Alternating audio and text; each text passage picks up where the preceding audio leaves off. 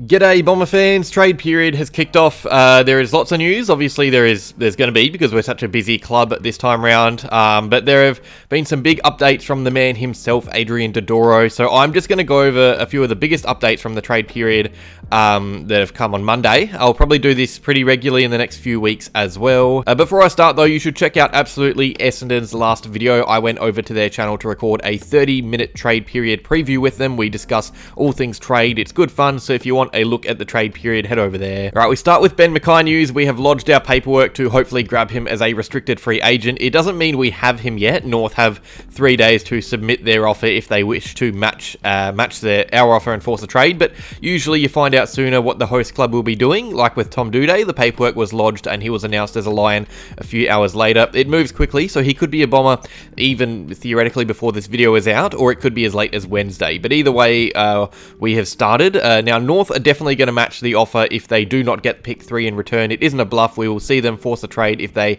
do not get their desired compensation. So a bit to unfold as well that could maybe have it extending out a bit longer than desired, but everybody in the industry seems to think we have given enough from our offer to give North a top 3 pick compensation, so hopefully we see him announced as a Bomber soon. Probably the biggest news of the day is the fact that Dylan Shiel is not moving away. He will be staying at Essendon. I think the media probably picked this one up and ran with it while Dodoro and co just watched on in confusion. Dodoro was adamant that he is a required member of the club. He will not be involved in a deal to go to St Kilda. He will see out the remainder of his contract, which has 2 years left to run. Some will be disappointed by this, I reckon. I would have liked a move that gave us back better draft picks personally, because I think our midfield is a little too deep now as it is. But Shiel will be staying. We will see him in the black and red until 2025, I would say. Back to some free agency news. Todd Goldstein paperwork has also been lodged. This is much simpler. It's all up to Goldstein to accept now, which he will. It won't drag out. It will happen imminently. The AFL has to tick off everything. With unrestricted free agents, you rarely see players request or nominate clubs and not end up there, so this one just gets done fairly easily. I have seen 2-year deal rumours floating around. We'll see how legit that is, but Goldstein should be a Bomber very shortly. I am hoping he isn't before the video uploads, because that would be awkward. Now, Jade Gresham is yet to formally request a move as a restricted free agent, but Dodoro is working closely with Silvani and Gresham's manager. There should be paperwork lodged in the next 24 hours if all things go to plan. You will sometimes see this, players move without trade request news, and now the compensation is a whole other issue, but you would assume paperwork would be lodged after both clubs discuss what they get from the deal. Keep in mind though, there isn't a clear compensation guideline. You don't just pay a player enough for a club to get a certain pick in return. It's not that easy. The AFL in the end decides what bracket the contract falls under after the paperwork is lodged, so there is a chance we may think it's going to be a certain pick for St Kilda to make them happy. Same with Ben McKay in North Melbourne, but it could be lower than we thought, and that could well force a trade. Who knows? It all well depends on the compensation. I'd back in Dodoro and Brad Scott, who are both very experienced. Brad Scott worked for the AFL, to give the minimum amount while at the same time getting the compensation through the door to the opposition club. We have spoken with Xavier Duursma. He is yet to request a trade. Ports List manager Jason Cripps has said so himself.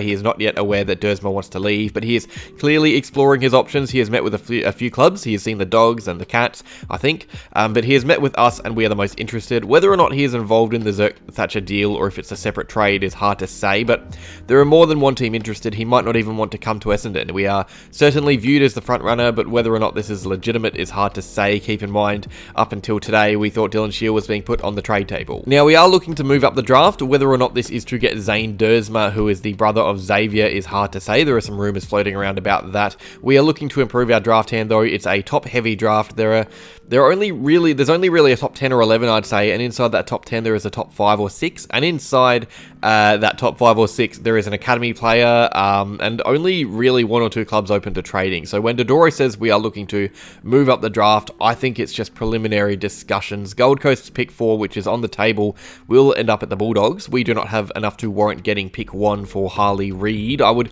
be surprised if we make a big move to enter the top 5, and even then, people say it's to get Xavier Duursma. I don't think it's that simple. Duursma is one of the very best players in this draft. I think he's gone around pick 3 or 4 personally.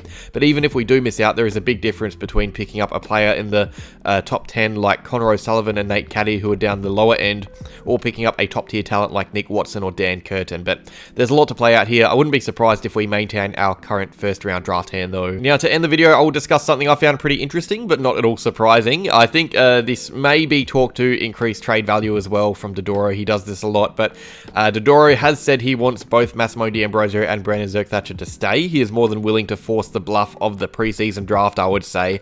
Massimo has a 1-year contract on the table from us. BZT has a 3-year deal. Now, I would think Massimo gets to Hawthorn. They can match our bluff and walk him to the preseason draft and select him with one of the earliest picks if he just decides to leave us. BZT is a bit trickier though. We rate him higher than we should. Negotiations apparently started with a first round pick, which is silly, and it's why Xavier Duursma has entered discussions. There is a lot of ground to be made up. There is every chance BZT is forced to sign a new deal with us because we can't work out a trade. I think in an ideal world he leaves though. You don't want players at the team who don't want to be there, but I think we hold the cards with the BZT deal. But that is all. Cheers for watching this little trade update. I will have plenty more trade related content to release throughout the coming weeks. Subscribe to see more videos like this. It's going to be a fun, silly season, and remember to go check out absolutely Essendon's video as well. But that's all. Cheers, Bomber fans.